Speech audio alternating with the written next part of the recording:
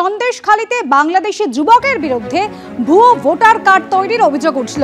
ফের শ্বশুরকে বাবা বানিয়ে ভুয়ো ভোটার কার্ড দেখিয়েই তিনি এসআইআর এর ফর্ম ফিল আপ করেছেন, এমন অভিযোগ সামনে এসেছে। বেড়মজুর 1 নম্বর গ্রাম পঞ্চায়েতের 147 নম্বর বুথে এরকমই বেনিয়মের অভিযোগ সামনে আসছে।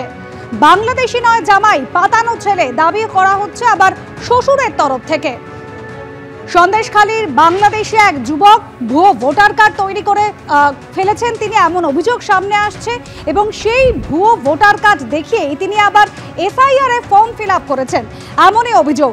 বেড়মজুর 1 নম্বর গ্রাম পঞ্চায়েতের 147 নম্বর বুথে এভাবেই বেনিয়ম হয়েছে বলে অভিযোগ সামনে আসছে। আর এই ভুয়ো ভোটারের অভিযোগ ঘিরে শাসক বিরোধী চাপানুতোর তুঙ্গে।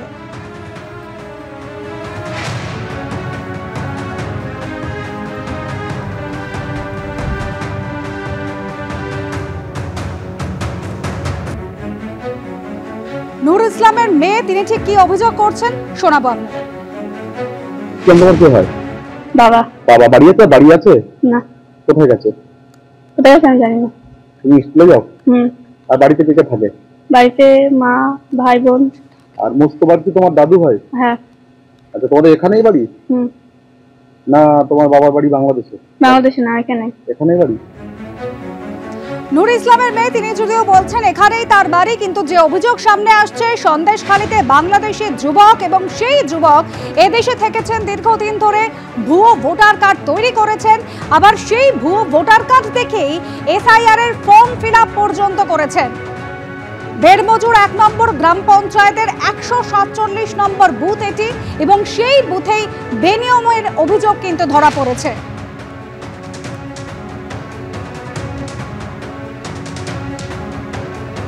শ্বশুর নূর ইসলাম মোল্লার শ্বশুর, তিনি কিন্তু দাবি করছেন তার জামাই বাংলাদেশি নয়, পাতানো ছেলে। কি হয় আপনার? আপনার মেয়ের সঙ্গে বিয়ে দিয়েছেন? নূর ইসলামের বাড়ি কি অ্যাকচুয়ালি বাংলাদেশে? না। তাহলে বাংলাদেশে। আপনি ওর বাবা সেজে এসআইআর এর ফর্ম ফিল আপ করেছেন, এরকম কিছু? না। আপনি বলছেন ও আপনার হাঁটানো ছিল? আচ্ছা। বাড়ি আমার চাষি হয়ে গেছে। ইসলাম বাংলাদেশি নয়? না। ও অভিযোগ করছে যে আপনার কে বাবা বানিয়ে ও হচ্ছে ভোটার হয়েছে, এরকম কিছু? আপনাকে বাবা বানিয়ে ভোটার হয়েছে? পেপারপত্র কারা তৈরি করে দিয়েছে? শালা। আপনার শালা কি করে? শালা ভাটায় কাজ করে।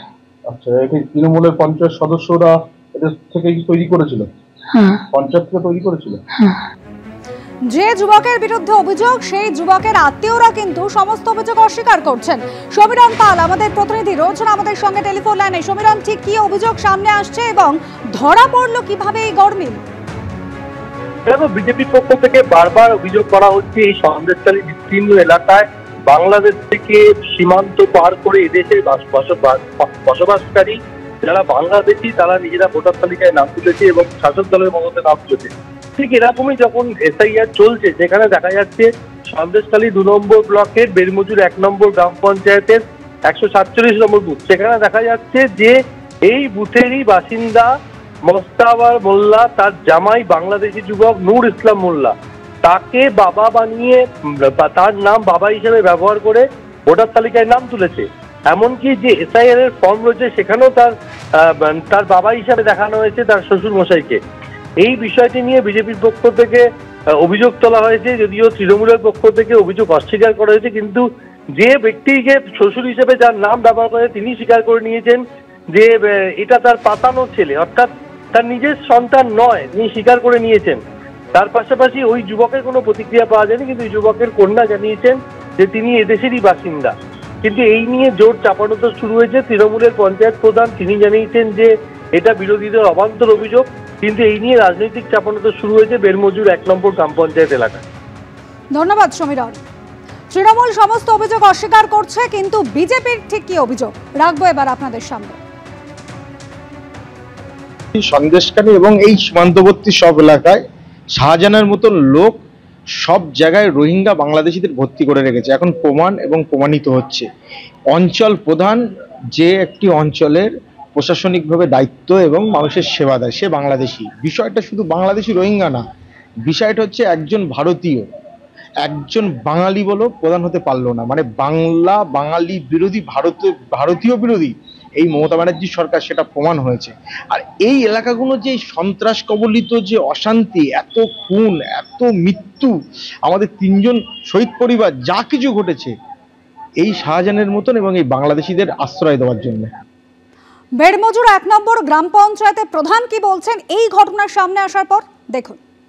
সব মানে বিজেপির সব চক্রান্ত বহু বছর ধরে বাস করে আছে এখানটায়, প্রায় 30-40 বছর ধরে এখানে বাস করে আছে। আর সবকিছু ডকুমেন্টস না, পঞ্চায়েতে কিছু করা হয়নি না, এখনো করা হয়নি। ভুল সব, মানে বিজেপির সব চক্রান্ত, ষড়যন্ত্র করেছে। শ্বশুরকে বাবা বানিয়ে ভুয়ো ভোটার কার্ড বানিয়েছেন, সেই ভোটার কার্ড সঙ্গে রেখে এতদিন ধরে দেশে থেকেছেন, সমস্ত সুযোগ সুবিধা নিয়েছেন এবং এসআইআর এর ফর্ম ফিল আপ পর্যন্ত করেছেন, যদিও সমস্ত অভিযোগ অস্বীকার করছেন এই অভিযুক্ত যুবকের সদস্যরা। থেকে প্রায় 30 বছর আগে ওই ভদ্রলোক বাংলাদেশ থেকে আমাদের ভারতবর্ষে এসেছিলেন এবং সেই সময় বামফ্রন্ট সরকার এখানে ছিলেন ক্ষমতাতে, সেই সময়তে তিনি এখানকার ভোটারও হয়েছেন, এ হচ্ছে কথা।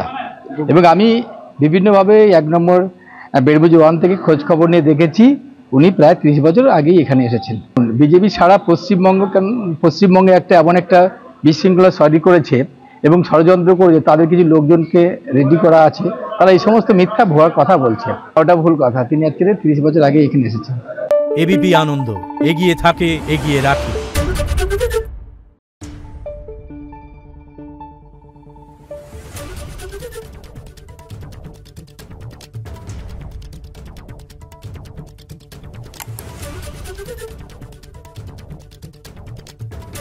Thank you.